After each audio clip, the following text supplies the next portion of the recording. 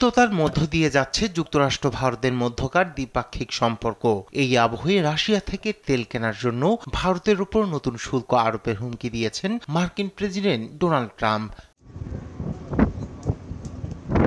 সোমবার সামাজিক যোগাযোগ মাধ্যম ট্রুথ সোশ্যালে দেয়া এক পোস্টে ট্রাম্প অভিযোগ করেন, রাশিয়া থেকে বিপুল পরিমাণ তেল কিনছে ভারত, আর তা চড়া দামে খোলা বাজারে বিক্রি করে মোটা অঙ্কের মুনাফা করছে দেশটি। ইউক্রেনে মানুষ মারা যাচ্ছে, তা নিয়ে তাদের কোনো মাথা ব্যথা নেই। এই কারণে ভারতের উপর আরোপিত শুল্ক আরও বাড়বে বলে হুঁশিয়ারি দেন মার্কিন প্রেসিডেন্ট। তবে নতুন শুল্কের হার কত হবে তা উল্লেখ করেননি তিনি।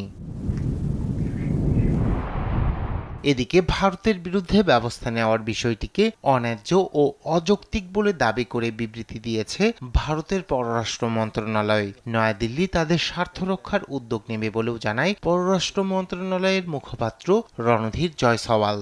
टैरिफ का जहां तक मामला है, इस पर सरकार की तरफ से ইউক্রেন সংঘাত শুরু হবার পর রাশিয়া থেকে তেল আমদানি করায় ভারতকে লক্ষ্যবস্তুতে পরিণত করেছে যুক্তরাষ্ট্র ও ইউরোপীয় ইউনিয়ন। ভারতের বিরুদ্ধে ব্যবস্থা নেওয়ার বিষয়টি অন্যায্য ও অযৌক্তিক। যে কোনো বড় অর্থনীতির মতো ভারতও তাদের জাতীয় স্বার্থ ও অর্থনৈতিক নিরাপত্তাকে সুরক্ষিত রাখতে প্রয়োজনীয় উদ্যোগ নেবে।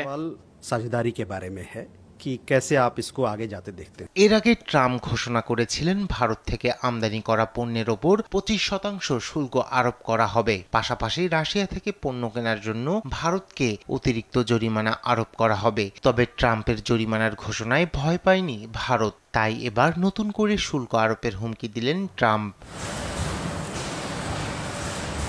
ভারতের সরকারি সূত্রগুলো বলছে, এই শুল্কের প্রভাব ভারতীয় অর্থনীতির ওপর নগণ্য।